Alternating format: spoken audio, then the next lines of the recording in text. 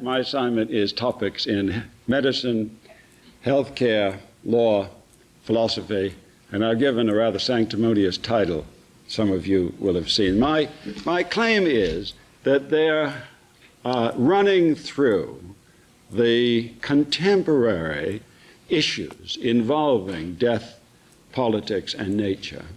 I'll name them in a moment. Running through these, there's a central set of philosophical, indeed even religious issues, which I'm going to try and identify. That's the project. The four issues that I will in different ways talk about are the best known issues in this field of our day. I've written in one way or another about three of them: abortion, healthcare, and euthanasia. I haven't yet written about genetic engineering, which is the fourth of the topics I want to talk about. And indeed, I thought of this occasion as an opportunity to make a suggestion or two. But what I have mainly in mind is a tour of the horizon of these four issues. In each of these issues, there are surprises, and there's a contemporary political bite. The healthcare debate of last year was, to my mind, a kind of tragedy. I thought when the debate started that if the United States wasn't able in this decade seriously to reform the delivery of healthcare, we were a very sick society. And I'm afraid that the diagnosis that I made then is one I've had no call to withdraw. I think that the discussion was corrupted by an inability to focus on the issue that ought to have been at the center. How much, as a nation, should we spend on health care, and how should we distribute person by person what we do choose to spend? There are many reasons, of course, why the health care bill went down to such a crashing defeat. Nobody expected the bill to pass as drafted, but people expected, I think, something until close to the end, something to come out of it. There are many reasons why it didn't, but I think the failure to concentrate on the issue I'm going to try and describe was among them. Abortion, of course, you all know about. It's been, without doubt, I think, so far at least, the most divisive issue, political issue during your lifetime. People thought that the decision by the Supreme Court in Casey finally established Roe and Wade as here to stay, though subject to some new and uncertain exceptions. And people rather thought, I think, that the issue was going now finally at long last to recede. But when President Clinton appointed as Surgeon General somebody who turned out to have himself performed abortions, the issue flamed up again, to my surprise, to the surprise of a lot of commentators. And it now looks as if at least the battles in the Republican Party over the choice of the president will be marked by the need to satisfy the right wing or the religious fundamentalist wing of the party on severe anti-abortion stand. The euthanasia argument has leapt into the headlines. Oregon, as you know, became the first jurisdiction in the world to make doctor-assisted suicide legal. People often say that that's the situation in Holland. And it is in practice, but in Holland it is still a crime for a doctor to assist in a suicide. It's simply that the courts and the government have made clear together that if certain guidelines are followed, the doctor won't be prosecuted, and it's now a very open affair in Holland, as many of you know, but Oregon, state of the United States, is the first to have taken a step. A year ago, a district court announced that laws prohibiting doctor-assisted suicide were unconstitutional, appealing to the Supreme Court's decision in Casey that I mentioned a moment ago. And of course, if that decision is finally sustained in the United States Supreme Court, then we will have, rather as in the case of abortion, but this time much more dramatically, changed the laws of 49 of our states at one stroke. Now, the final issue that I'm going to talk about in this tour, as I've described it, is the issue of genetic engineering, and this faculty, and my introducer is among the leading students of the phenomenon, the moral, legal, political phenomenon that has been presented by the fact that we can now not only substitute for what many people regard as the natural techniques of reproduction, techniques most people think of as very unnatural, but we can do more. We can indeed invade the genetic structure of human beings and alter it. Now, the issue that I claim runs through all of these four controversies, the last perhaps not yet a controversy, but it will certainly become so. The issue that runs through all of these is the question of the deference that ought to be paid by a civilized and enlightened society to what might be called the natural. This has been a topic of much discussion. For a time, I'll say more about this towards the end of my remarks this afternoon, but for a time it was thought that anybody who appealed by way of an argument to the fact that we were interfering as human beings with the natural processes was some kind of Luddite or troglodyte. Nietzsche said, nature has no laws. Nature is not offended by what we do. And John Stuart Mill went so far as to say that the very idea that anything that human beings, who actually are part of nature, might do is unnatural is itself a kind of deep confusion.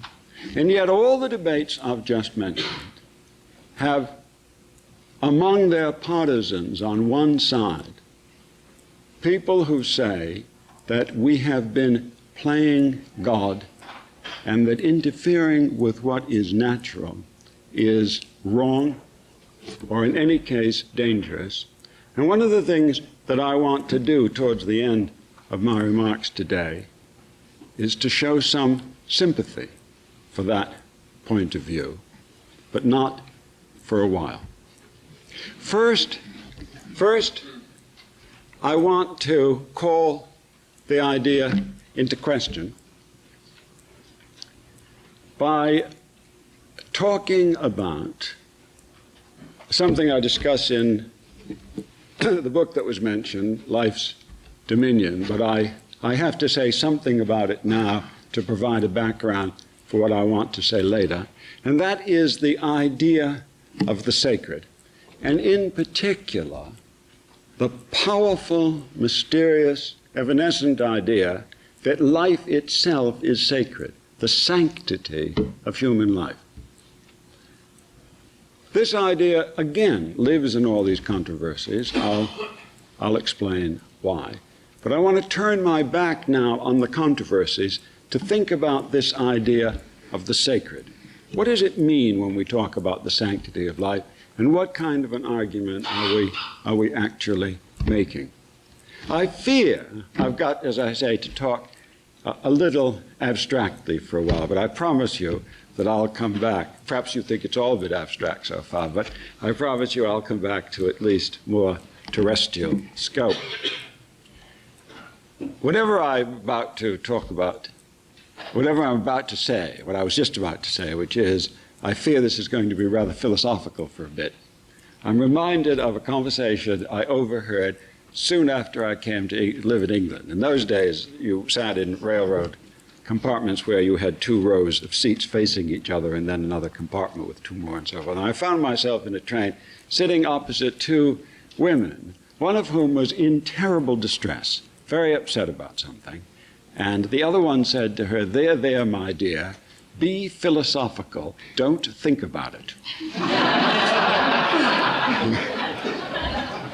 So I won't tell you I'm about to be philosophical, because maybe you'll misunderstand the sense I have in mind. Look, when government constrains your liberty and mine, it can and does appeal to two very different kinds of justifications for doing so.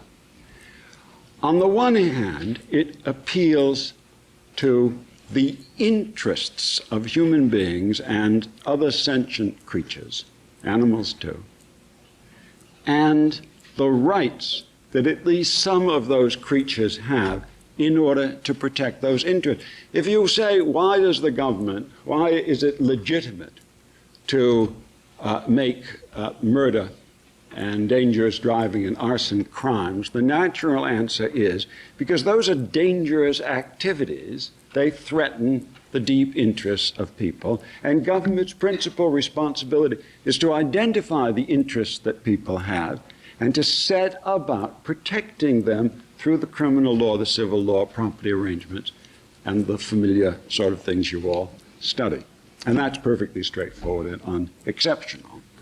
But there's a second kind of justification that government often makes for limiting your liberty, and that is by appealing not to the interests of human beings, but to intrinsic values that are distinct from the interests of particular human beings. So, government can justify constraints on business in the name of protecting the environment. It can justify constraints on behavior because these are necessary to save the giant forests. Or it can make illegal repainting or redecorating the facade of your house because these are necessary in order to preserve historic forms of architecture. It taxes you to establish museums and there to honor and protect and make available for future generations great works of art. And though there may or may not be connections between the interests of people now alive and those activities, that can't be the principal justification for any of these activities. When government legislates to protect endangered species, it can't be because the interests of people who will never go to look at a snail darter are at stake. And many of the people who will march and sacrifice treasure and time to protect the giant redwood forest have never seen one and have no plans to do so. Now, these justifications, I think we have to accept, are justifications that take the form we as a people must protect what is intrinsically valuable. And I've given you a sense of two things that are intrinsically valuable. First, great art, and second, natural resources, including species. And I want now to add a third thing that's intrinsically valuable, and that is each and every human life. You may be surprised that I say that a human life is intrinsically valuable, because you might think its value lies on the space of interest that I first distinguished. After all, protecting someone's life is in that person's interest. But the case of euthanasia that I'm going to speak about in a bit is, of course, to the contrary, because in the case of euthanasia, many people say that government has a responsibility to protect the intrinsic value of a human life, even when it is not in the interest of the person whose life it is that this happens, even when it is in the interest of the person to die. Now, intrinsic value, therefore, is something different from interest, and something which you might think it debatable whether government should labor to preserve, but for most of us, there's no real debate about it. The question is, what makes something sacred rather than just of intrinsic value? And the answer I suggest to you is this. This isn't an important distinction, so I'm not going to spend any time on it, but it's a useful one. There are many things that are intrinsically valuable in the following way. The more we have of them, the better. Knowledge, many people think, is intrinsically valuable. The more we know about the origin of the solar system, of the universe, for example, the better. But human life isn't like that. We don't think the more human life, the better. At least many of us don't. Indeed, many of us who think of ourselves as dedicated to intrinsic value labor to keep the world's population down. We think the fewer human beings, the better. So we need a separate category of value, which, and I've attached the word sacred to it because I think that captures a lot of the traditional meaning. Something is sacred if once it's there, it's crucially important that it thrive and be protected rather than being destroyed or allowed to languish. That's the idea of the sacred. Something which once there has intrinsic value, whether or not it's important that it come to exist. Once it exists, we owe it honor and respect. What can give something, a work of art, a species, a human life, what can give something that kind of status? Two sources. Here I come, try and reconnect this to today's lecture. Two sources. First, one source of the sacred lies in the personal dimension. Something is sacred if it is the work of a human being expressing creative genius.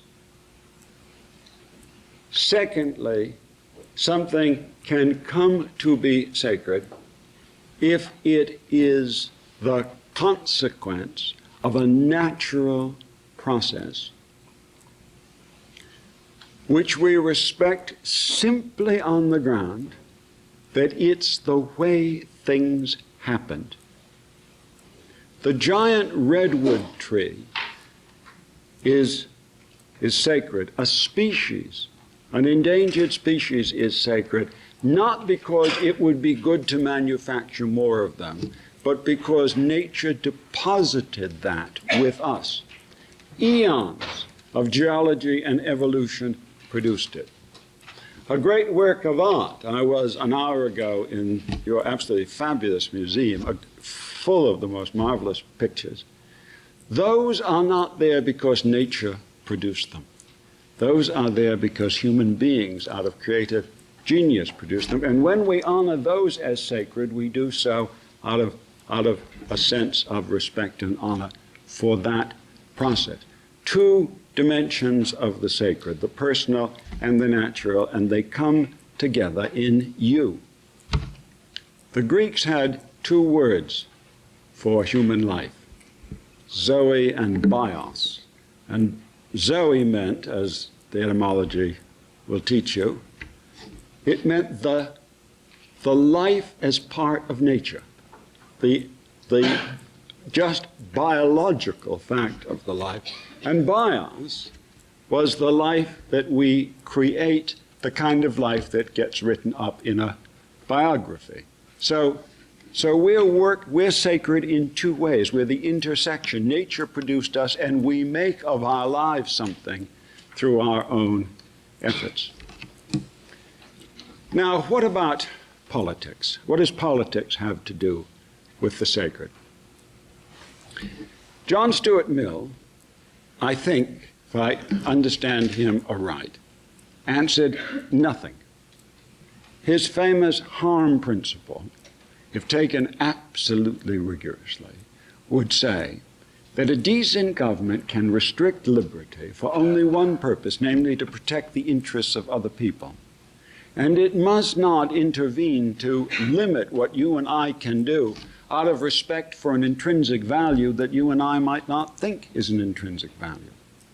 That's a kind of tyranny. And many liberals find that congenial. because it means that government isn't in the business of telling us what values to hold. And that is, as you can see, is an old and honorable liberal impulse.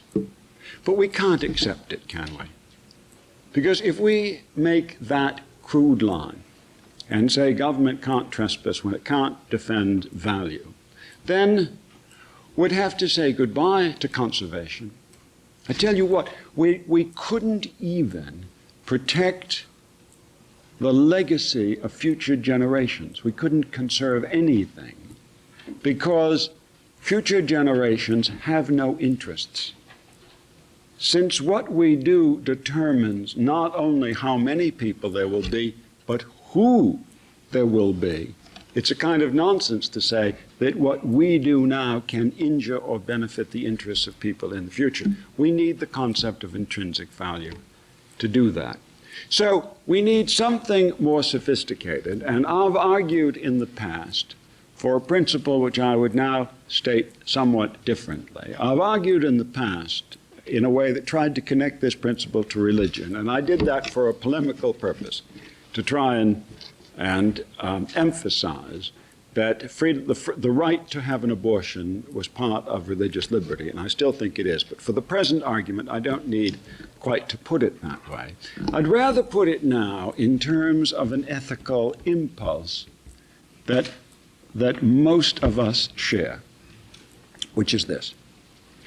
I think that most of us, it's certainly built into the intersecting cultures in which we thrive, believe that we have ultimate responsibility, one by one, person by person, for deciding what an appropriate life for us is and doing our best to live that life. Of course, that doesn't mean that we decide in a vacuum. It doesn't mean we're not influenced by culture.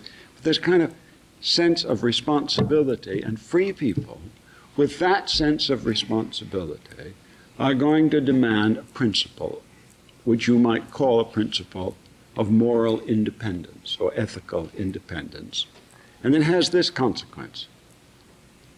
Government may not limit our liberty because it endorses a theory about what lives are intrinsically valuable, about what makes human life valuable or gives meaning to human life or makes a human life successful. This is, let's say, the ethical core of our beliefs. It's got nothing to do, and the argument that says it does is strained beyond endurance, with such things as, I'd like to paint the front of my house puce.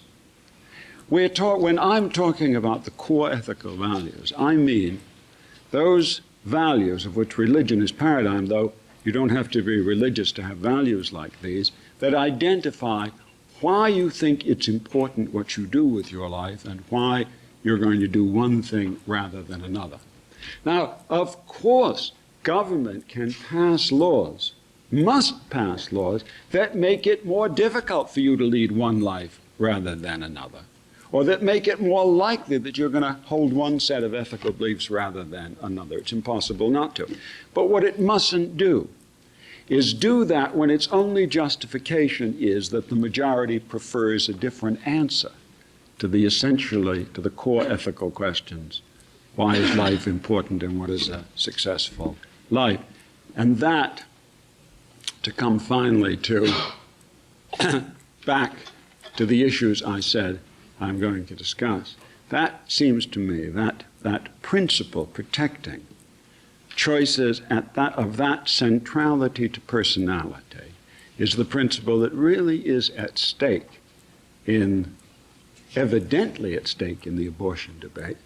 I believe plainly at stake in the euthanasia debate, less plainly at stake in the debate about healthcare, and we'll see about genetics in a minute. Let's start with the healthcare debate. Remember, I've been emphasizing that government may legislate when its justification is respect for intrinsic value, but must not do that when it would be imposing a core ethical position on people, and its justification is the superiority of that position. I've also been emphasizing the distinction between the two strands that make up our respect for human life. That which we call the sanctity of human life, the personal strand, the strand that thinks about what a human being is and how a human being shapes his or her own life, and the natural strand, which reminds us that we're part of the biological world. And as we respect other parts of the biological world, so we should respect our own life. The healthcare debate, I believe, has doesn't exaggerate to say, I think centuries, been dominated by a principle that sounds marvelous but has done a great deal of harm. And that is the principle I've called elsewhere the principle of rescue.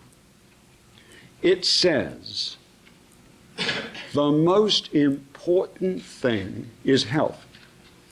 The most important thing is life, biological life.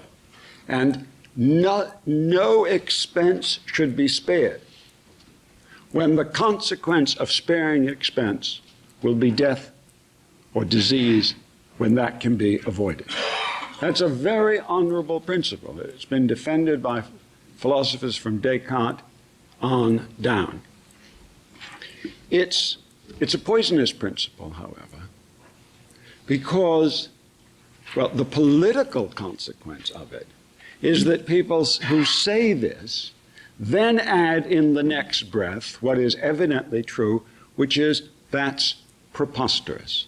No nation, any more than any person, could possibly run its collective or individual life that way. We can't subscribe to the idea that any amount of money must be spent if it brings us a marginal increase in the probability of a longer life. We can spend all the treasure of a nation simply in slightly improving the antecedent length of our lives, the antecedent probability of living another day, and it would be ridiculous to do it.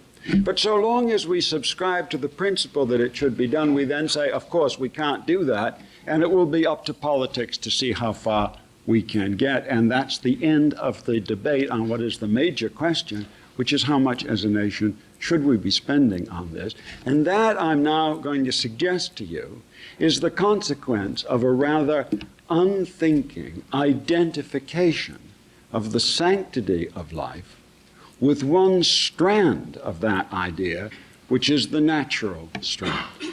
We've committed ourselves in our rhetoric, though of course not in our lives, but in our public rhetoric, to the idea that when we think about what makes life sacred, we think about it as continued biological existence.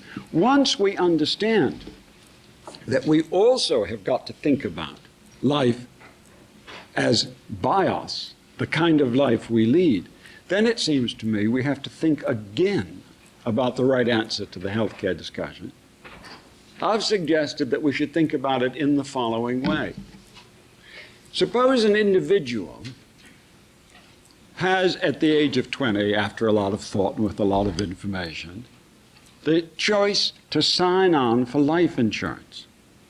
And many policies would then be available. One policy would take practically all the money that person has, but it would guarantee him that in extremis, no matter what it cost, he could have bone marrow transplant after bone marrow transplant for the rest of his life. No matter what medical care he needed and no matter how expensive it was, he would get it. Of course, the premium would be rather high. Another plan would offer him a much reduced level of care. It would identify what was appropriate in terms of medical opinion and prognosis. And the premium would be correspondingly much lower. And somebody who thought about life in all its dimensions, who thought about bios as well as Zoe, would buy the second policy. Because if he bought the first, there'd be nothing to his life except its length. It would be a life not worth living. And we have to begin to think rationally about the provision of health care as a choice reflecting our opinion about what is important to life beside its length. The abortion debate, I can be brief about because I've written about that at much greater length. The abortion debate is confused because people think it's centrally about the question whether a fetus is a person from the moment of its conception.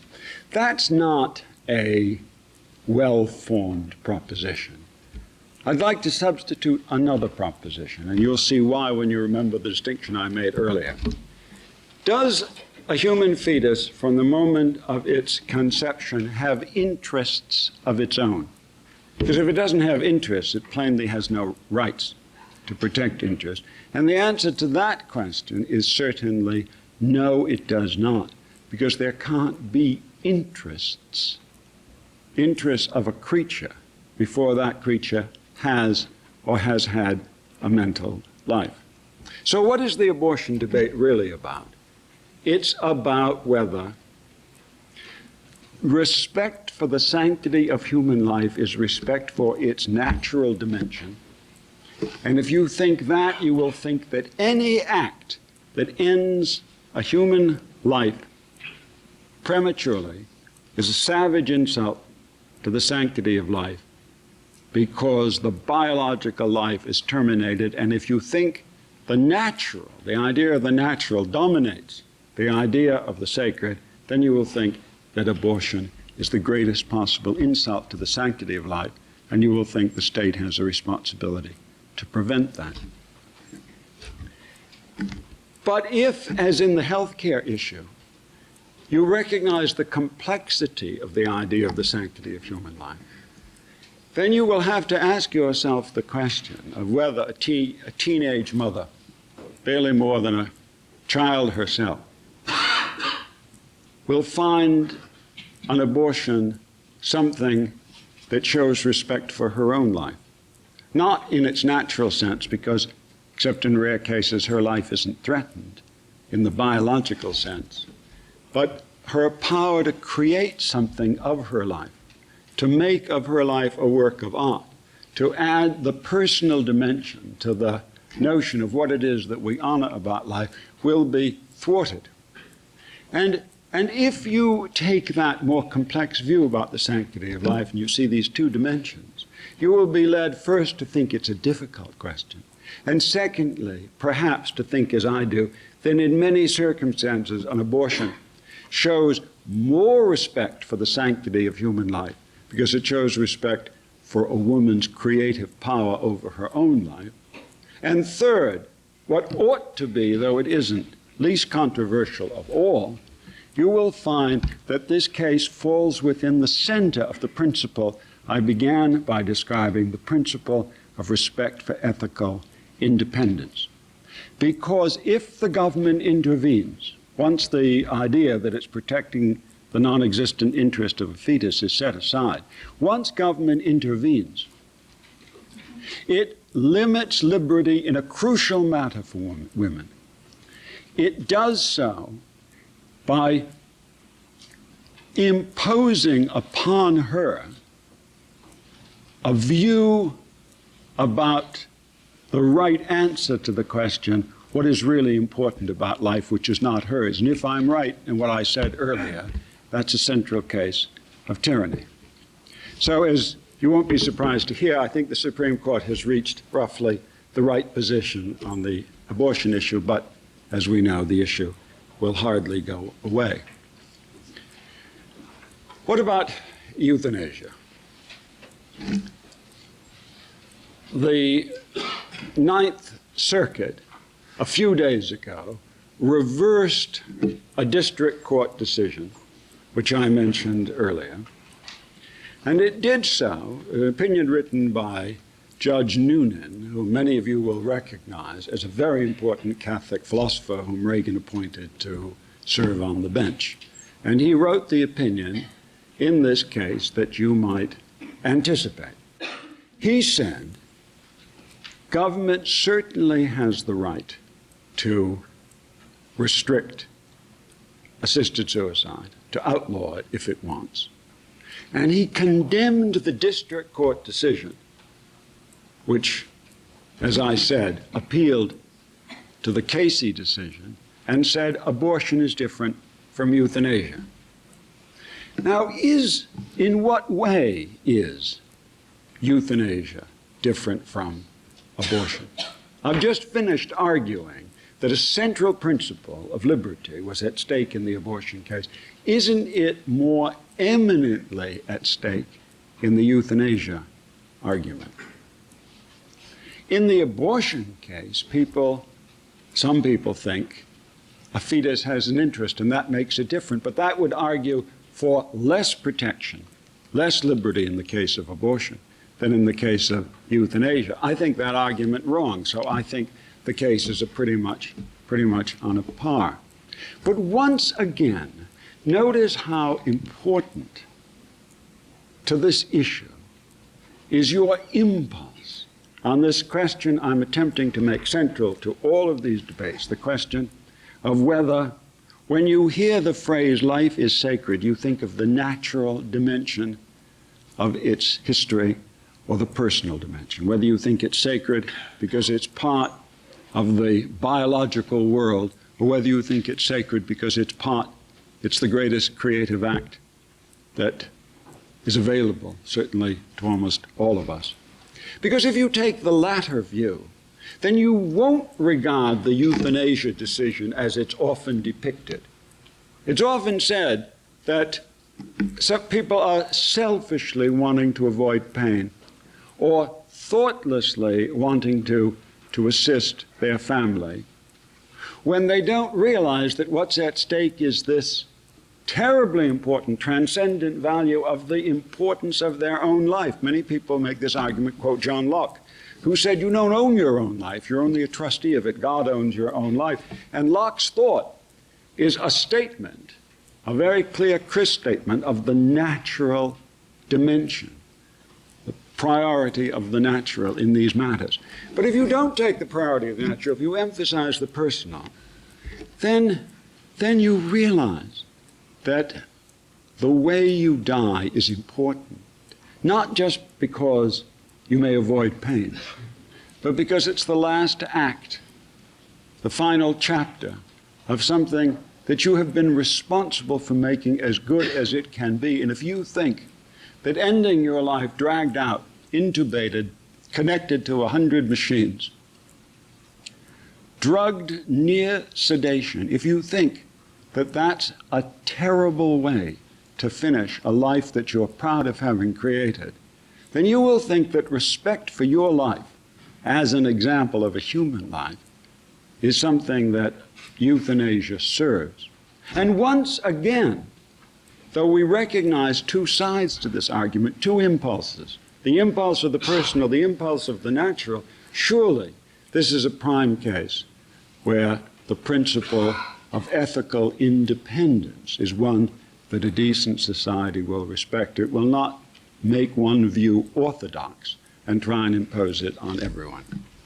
Well, as I warned, up to now, I have been not just in a neutral way reminding you that there are two dimensions to the idea of the sacred quality of human life. I have been emphasizing the importance of the personal, which is often overlooked, and I've therefore been treating the two as in conflict, as indeed they are in the cases that I've talked about.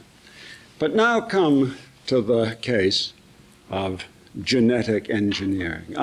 That's not the right term to use, because I have in mind, I suppose, a whole set of advances in medical technology having to do with the reproduction of our species.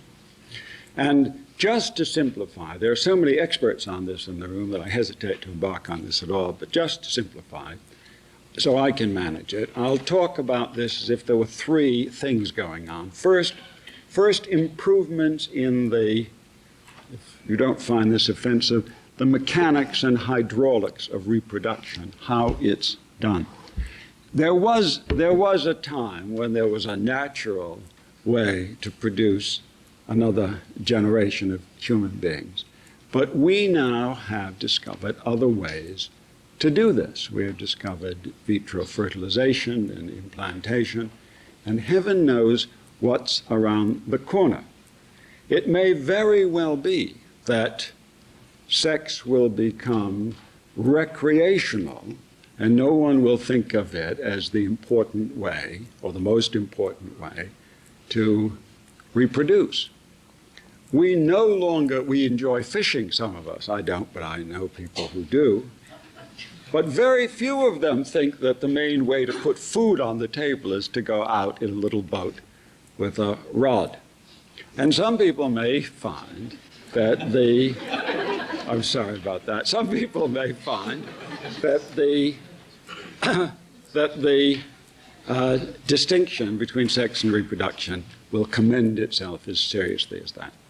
Now, the second new adventure you might call selection. We are now able, through diagnosis, various ways of pregnant women, and through various kinds of screening, to select genetic material to abort or not to abort.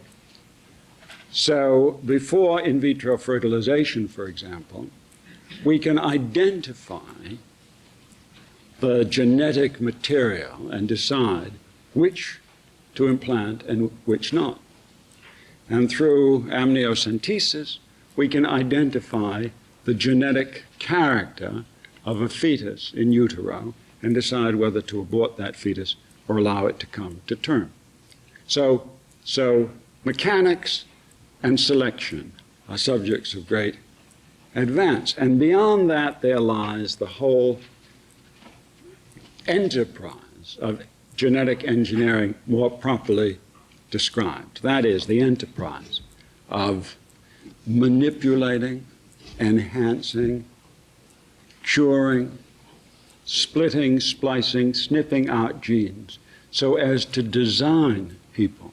Once again, if you allow fantasy to carry yourself away into the future, you might imagine that couples, instead of meeting with their architect or their interior designer to plan their house, they'll meet with their geneticist to plan to minute detail which arrangement of genes they will become parents to.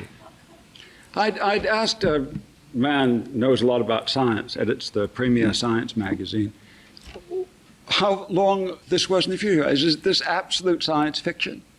And he said, oh, it's complete science fiction. It'll take years. I found that rather chilling.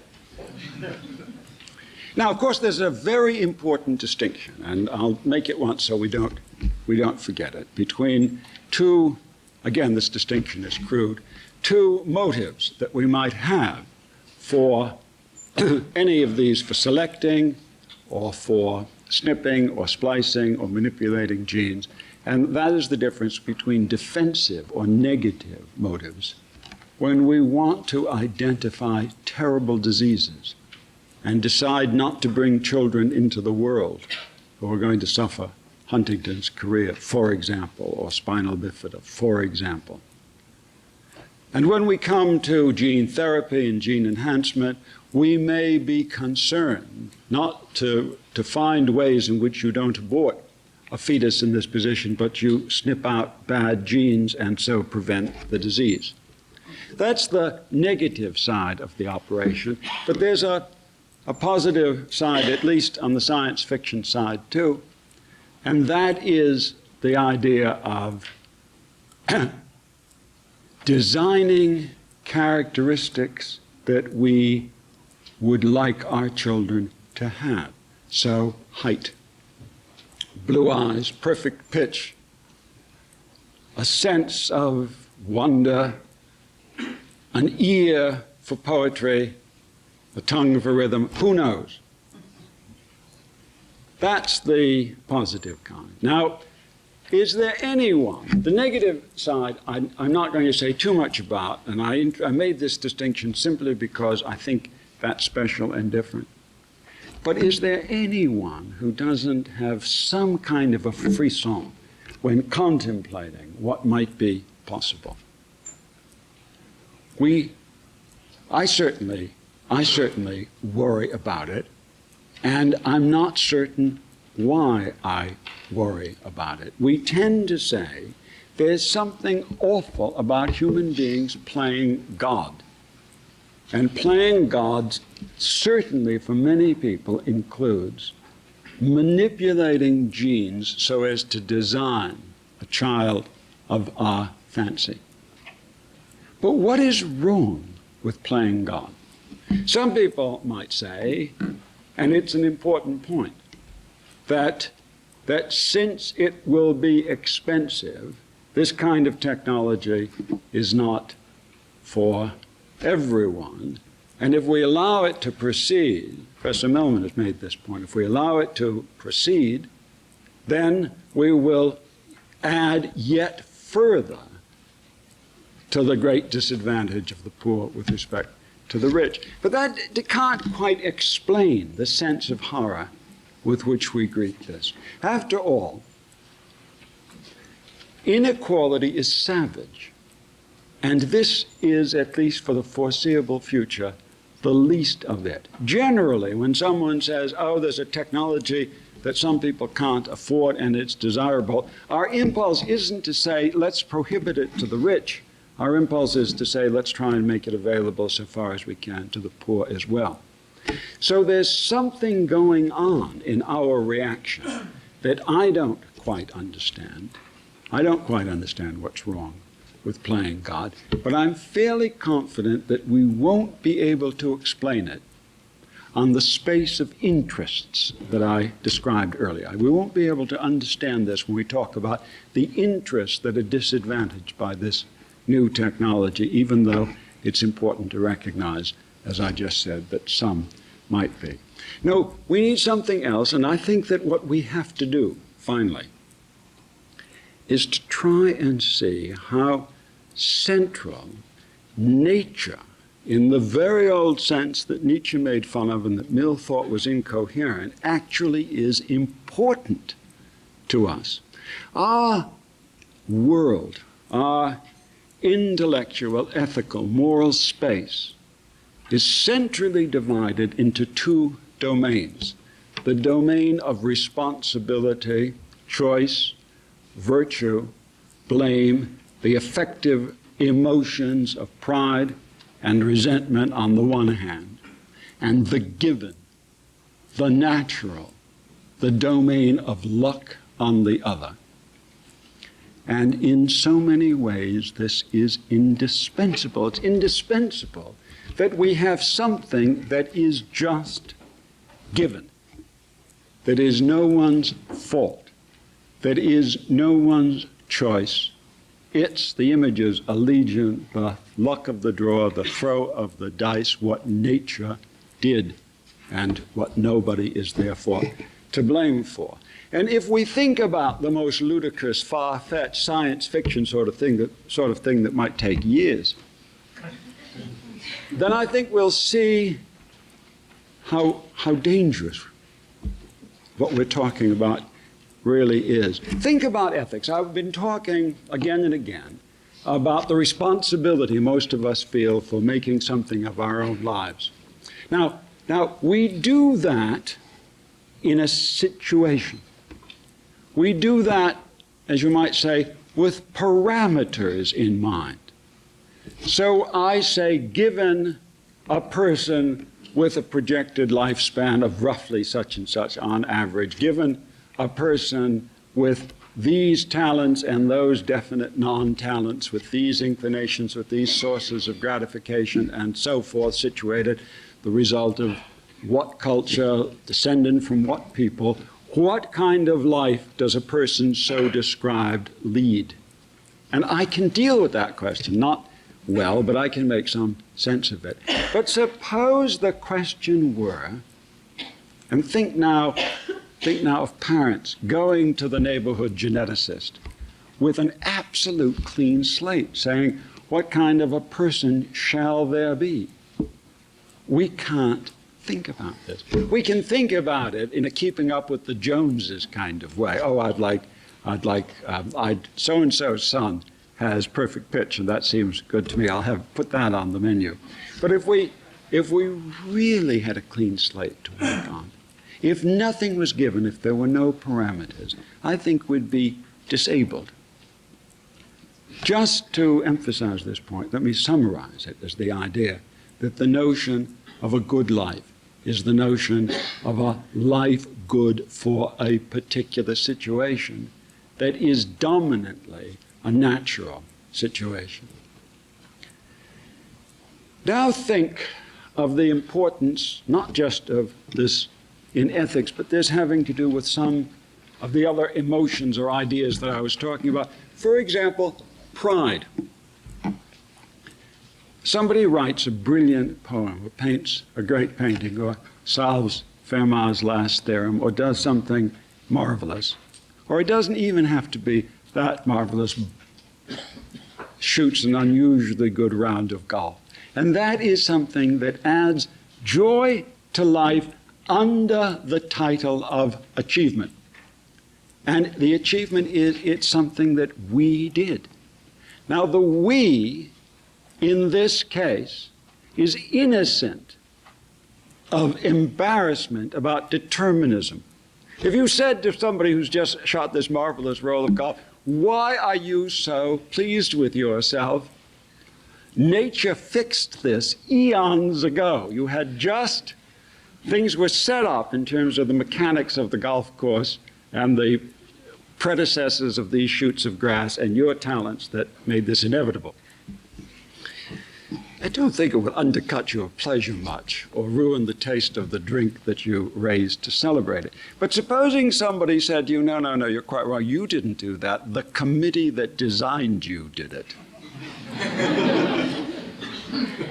This is very different because as lawyers know, the distinction between what nature has done and what other people did is at the center of our moral life. All our notions of responsibility hinge on the distinction not between us and of nature, but between us and other people. And this, too, would be a matter thrown into jeopardy. And suppose, as the father of twins, I'm particularly sensitive to this, children have enough scope for resentment as it is.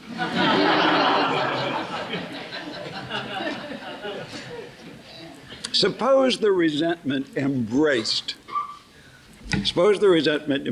not just what they gave us or didn't give us, but what they made us. The whole notion of intergenerational sense of independence would be forfeit. And the levels, I don't know what would happen to resentment either. We'd suffer elephantiasis of resentment or atrophy of resentment. It's impossible to say which. And finally, what about identity? Philosophers have puzzled about this for many, many centuries. But what sense of yourself would you have if you could be changed with the stroke of an electron? Surgical instrument of some kind, snipping and cutting. The idea of our identity is so thoroughly wrapped up with our genetic constitution. It's what makes us natural kinds. That, again, it's very hard to imagine it surviving in the same shape. Now, what am I saying in all of this? This is not an argument against research. This is not a Luddite position. Those are impossible, fruitless, and anyway, it's not what I'm arguing. And as I said a while ago, the conquest of disease in these methods is, it seems to me, imperative. I think I'm just saying, watch out. I'm trying to give a sense of where the danger is, a sense that our impulses and intuitions collect around. And as part of that, and not just as a byproduct of it, I want to emphasize again the connection between the personal and the natural. I'm already trespassing over my time, but if you give me another minute or two in this waning time, I'll offer you a little potted history that might wrap up what I've been meaning to say.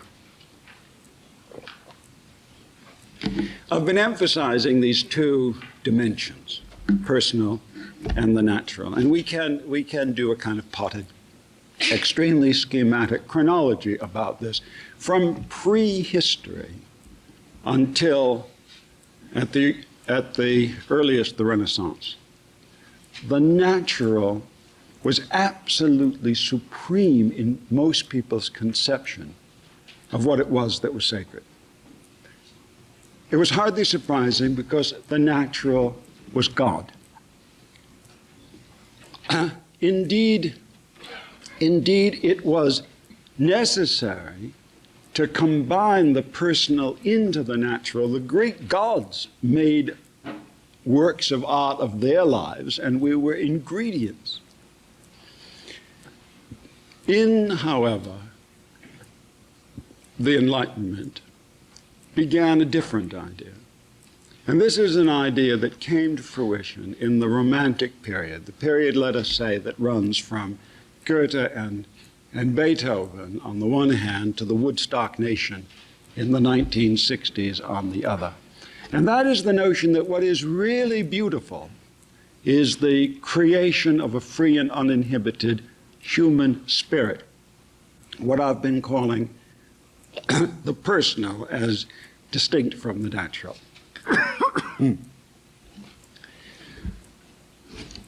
The Romantic period is often described as a period that glorified nature. It didn't. It personified nature. It made nature part of what people had created, and it gave us the slogan that I find enormously appealing, I suppose because I'm a romantic, that is the ethical injunction, live your life as a work of art. But now it seems to me, and medicine and technology have done this, now it seems to me we're in the foothills of another period. The second one was very quick. And this is a period in which we will no longer think of nature on the one hand and the human spirit and its ethical and moral and creative life as in some way in competition for reverence.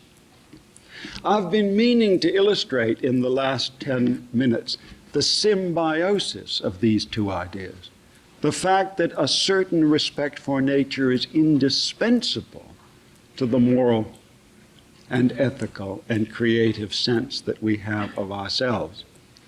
We can't have one without the other. It's yin and yang, and I'm not, therefore, advocating anything Luddite. I'm not advocating, as I said, the cessation of experimentation. I'm advocating a sense of what's at stake.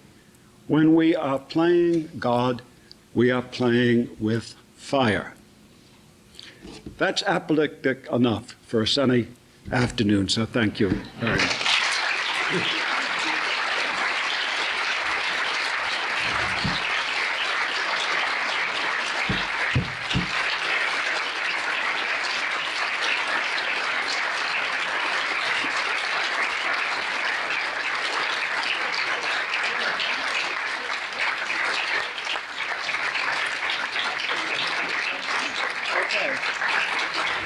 Thank you, Professor Dworkin.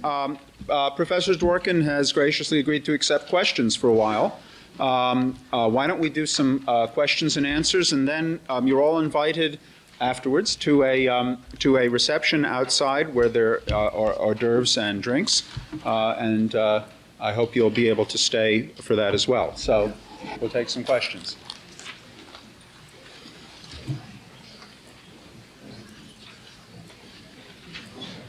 Yes.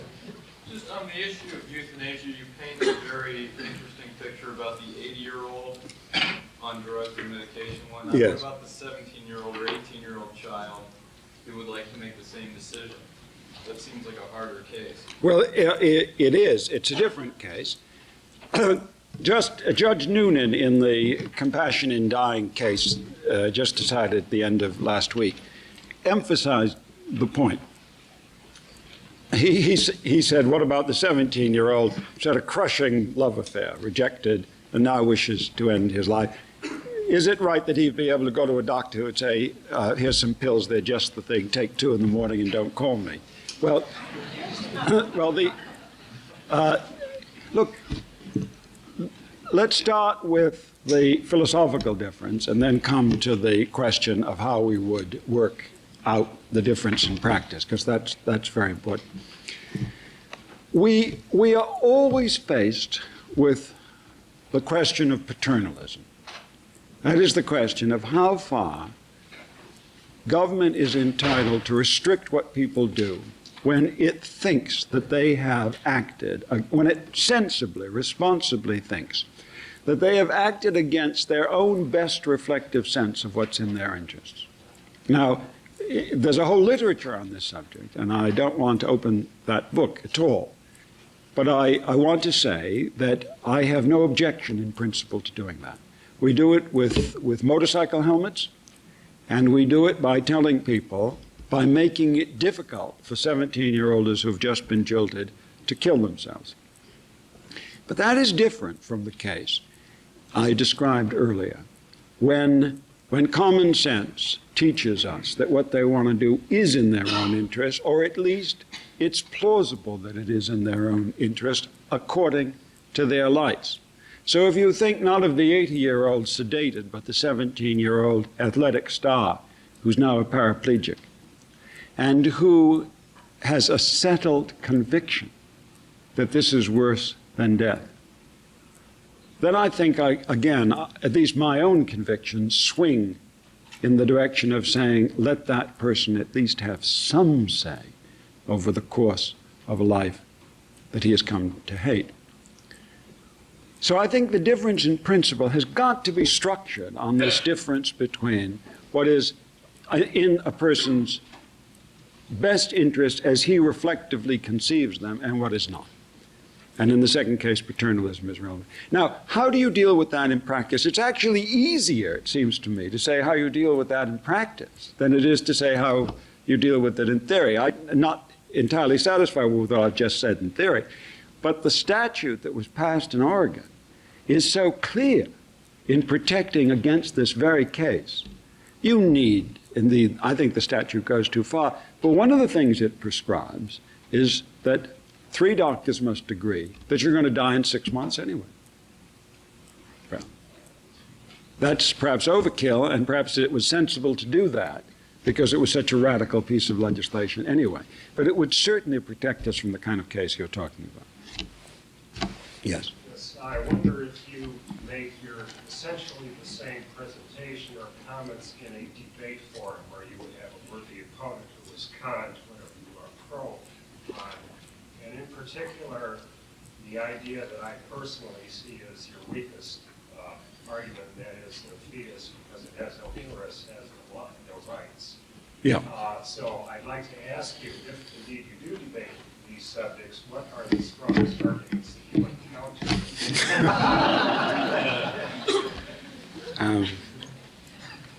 Well, on that very point, I'm embarrassed to say there aren't any.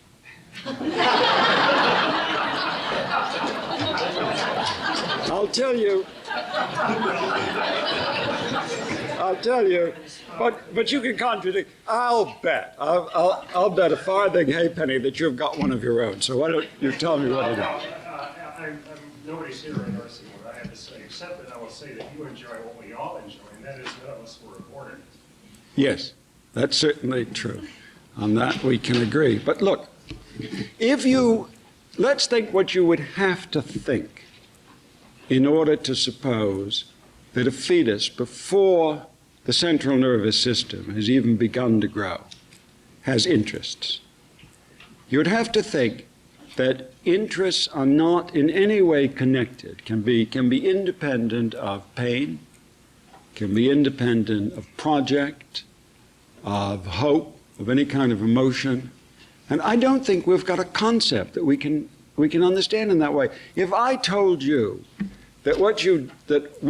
supposing someone brings me a delicious salad made up of baby carrots ripped untimely from the earth. And I said, well, these taste delicious, but it was very much against the interests of those carrots to be ripped out of the ground. I would be actually making no sense. Those carrots don't have any interest, do they? Does a caterpillar have an interest in becoming a butterfly? Does the baby carrot have an interest in becoming a big carrot and eaten when it's all grown up? Here's another question. Here's something I used in the book that maybe is a better example. You know the story of Dr. Frankenstein and the monster he made, which I believe was called Boris Karloff. Just before, I saw the original thing, which was absolutely marvelous, full of, it was black and white and therefore better. And it had this huge machine which at some point zapped poor Boris Karloff, who was lying. And then the story began.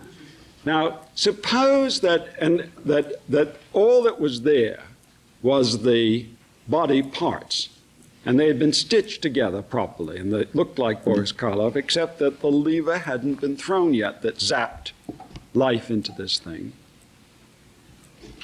And somebody came in and said, or someone pulled the plug and said no. Would that have been against the interests of the assembly of body parts? That's all that we had then, was an assembly of body parts. How can that be against the interests of something inert? Now, you've got to have a predicate for having interest. I keep throwing these examples of baby carrots and Boris Karloff at you, and looking at you, I don't think that you are very impressed with these examples. So the question is, what do you think is necessary in order that a creature have an interest? Well, let me respond very quickly. Yeah. That I would argue that at least there's 250 to 260 Americans, and I only talk about Americans, nobody else. I would argue that there's at least 100 million Americans who have no significant interests or measurable interests, and I use what is popular on primetime TV or afternoon TV or what's in the movie houses to prove that. I'm sorry, who are these people? If I may finish. Yes. Nevertheless, all of these people who I say have no significant or measurable interests have as many rights as any other enfranchised American. Yeah. Therefore, I would use that as an argument that there is. Why do they? Follow that. Yes. Being rights. I don't understand. Are these zombies? Who are these people who are? Well, maybe you're in the wrong circles, but to me, it's rather clear. I don't think you have to be an intellectual to have interests, if that's what you're suggesting. I think animals have interests, for example. Even animals that watch daytime quiz shows have interests. Animals have interests because they can suffer pain. It is very much against the interest of an animal to torture it. But they have central nervous systems. They feel pain. Now, what I'm mystified by is the idea of this free-floating interest. I just don't get it. It's just using the word interest gratuitously. People you're talking about certainly have interest. They feel pain. No doubt they feel pain at these quiz shows they're watching. Yes. In your philosophical musings about abortion, Yes. do you differentiate a 7-week fetus from, let's say, a 35-week fetus in terms of rights or interests, or whether that 35-week fetus 37-week or whatever you wish? Well, the 30, it makes a big difference because I have no reason to think that Blackman knew this when he wrote the original opinion, Roe and Wade. I don't think many people knew this. We now know a great deal more about the development of the fetal nervous system. And at about 26 to 28 weeks, a connection occurs between the spinal cord and the nerve centers of the higher brain. And that's the first moment at which pain is possible. Now, something happens later than that, at around 30 weeks, which is, to my mind, even more significant, which is the electroencephalogram of a fetal brain begins to show the same waking and sleeping patterns and the same kind of electrical variations that an infant has, an infant who is thinking, responding, and so forth.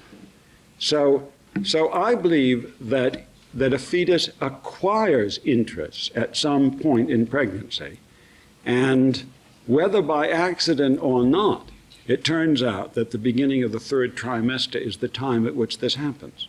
And that was, as you know, the time that Blackman picked as the point at which a state could regulate, could prohibit abortion, except in cases in which the mother's life was at stake. So if that was what your question meant, I think that the time, yes, I agree with you, the time is crucial. I also think, that's one way, I think a fetus acquires interest at a certain point. I also think that even before that time, the later an abortion, the worse. Not because a fetus has interest before that time, but because the insult to this value I keep talking about, the sanctity of life, it seems to me greater when the kind of biological investment has been made and is going. Now, that may sound awfully close to superstition, but I try and defend that in Life's Dominion. So you would agree that it would be inappropriate to, or it would be reversed, it would be appropriate to have legislation that No. abortions at 35 weeks indiscriminately. No, what I think is it's appropriate to have legislation, or at least the principle I described doesn't prohibit legislation after the end of the second trimester, which is the constitutional position. Before that time, I think there are moral issues. I think if you're going to have an abortion, I think the sooner you do it, the better. But I would not make that a matter of legislation. Anyway, all but very few abortions, all but a tiny number take place in the first trimester.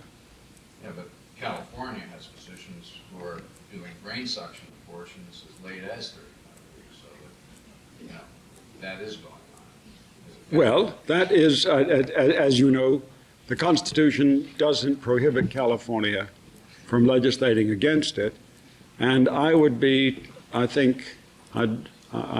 see strong arguments for legislating against it, depending on the cause. Now, almost no, I can't believe that any doctor does that, except when the mother's health is at stake.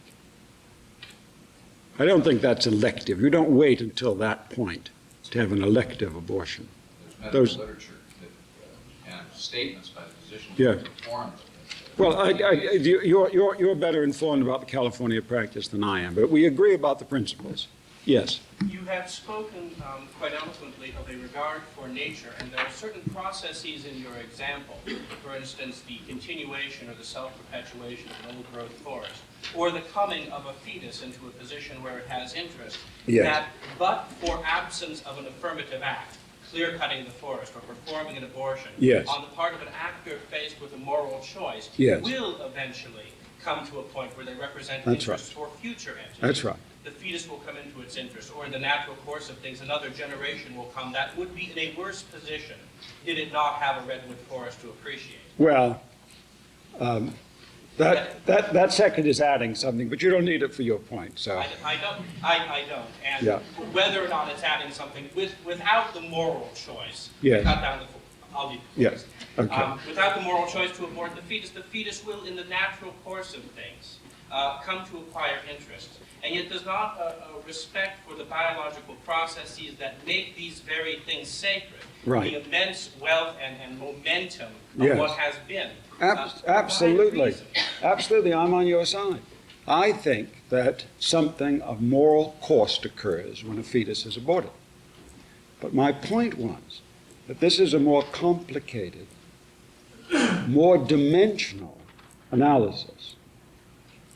I think it's bad when something which is alive, even if it has no interest yet, I think something bad has happened when it's aborted. And I think that explains why almost everybody I know, and most of people I know, I suppose, are liberal on the question of abortion, everybody thinks an abortion is a bad thing to have happened. It's much better if contraception, for example, had been used and there wasn't a need for abortion.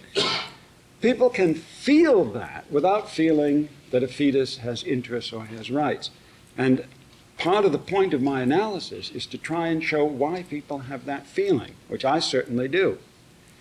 But of course, we can say that and then ask the next question, which is, how does a woman show concern for her own life, for the sacred value of her own life?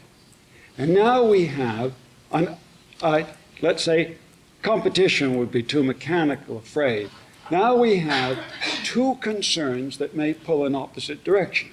And that is why I think that how you feel about abortion, your ethical or moral judgment, is going to be driven by which of these two dimensions has a greater grip on your soul.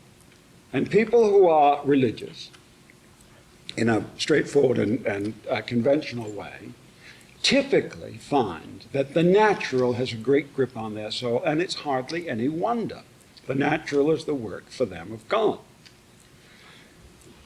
I respect their opinion, but they don't have a right to impose that opinion on people who are making the same kind of judgment. They're not turning their back on the sanctity of life. They're making the same decision. They just come out differently because they're in the grip of a different set of values. I'm sorry. Let's just take one.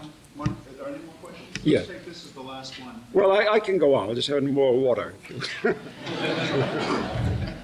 Yes. I wanted to thank you for sharing the perspective of respecting the sanctity of life in terms of the woman's life and her the creative process that is life is something more than just biological. Right. And my question is, how do you translate the philosophical into the political? Because Justice Blackmun had some of that in his opinion. Yes. He talked about, the respect for autonomy and the creative forces of life. And it reminds me of what you said. And yet now that opinion is being criticized even by pro-choicers for drawing on this right to privacy that probably doesn't exist, and there's nothing in the Constitution that has all these philosophical ideas in it. So how do you implement such ideas into actuality? Well, you suggest two avenues. One is through legislation, the other is through constitutional adjudication. And so far, they've been instituted through constitutional adjudication. The Casey opinion, which I've mentioned a few times, is much stronger than Blackmun was about this argument. And I know people think that the privacy was an invention. I've written quite a bit about this. I think they're wrong. I think privacy is the place to locate it. There is a good equal protection argument. Some feminists have said that they're dissatisfied with my work because I emphasize privacy and they don't like it. I wrote about that in Life's Dominion and tried to explain how you might have a look at that. How you sell this to the public is another question. How you get people who are ready to shoot doctors and burn buildings, how you get them to understand that they haven't got a monopoly of conviction, that the other side is not selfish but is acting out of convictions of their own. How you do that, I wish I knew. You don't do it by writing philosophical articles. I'm persuaded of that, but it's all I can do. Yes. I'd like to ask a question about genetic engineering. Yes. The other day I read an article in the New York Times that was about law students, black and Hispanic law students who had gotten a low score on the LSAT but still had been allowed into law school. And they went to the dean about it and the dean, they expected the dean to tell them that this wasn't so, and he told them it was so, but there was a reason for it. And I gathered from that the reason was that some of the majority had opportunities that they didn't have. Mm-hmm. And I'm wondering, what's the difference in having opportunity, and the emphasis was this opportunity came about through economic advantage. Yes. So what's the difference in having opportunities that was created through economic advantage or an opportunity that's created between genetic engineering? Well, they're both, that's a very good point. Now we suppose that there is a sort of, I don't accept this actually, but the power of it is very great, that there's a natural set of standards, say for admission to law school. They have to do with such things as intelligence, quickness on certain kinds of as measured on certain kinds of tests and so on. But suppose that that was just a choice. Your parents decided, in their own benighted way, that it was better to give you perfect pitch. And so you couldn't give somebody perfect pitch and at the same time give that person the ability to answer those kind of questions where you have to rub pencils in, that somehow these were incompatible. Your parents made one choice, that's a disadvantage. I think that's another point. I'll pick that up the next time I think about these.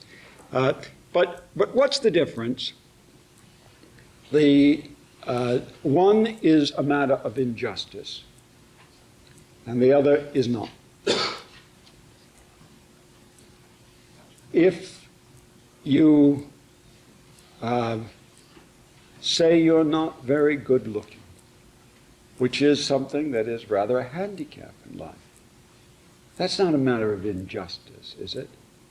I think we ought to reserve the idea of injustice for the domain, the sphere of responsibility. You can be envious if you're not very good looking, but I think you would be wrong to be resentful or to have any idea that would impart blame, because it's nobody's fault.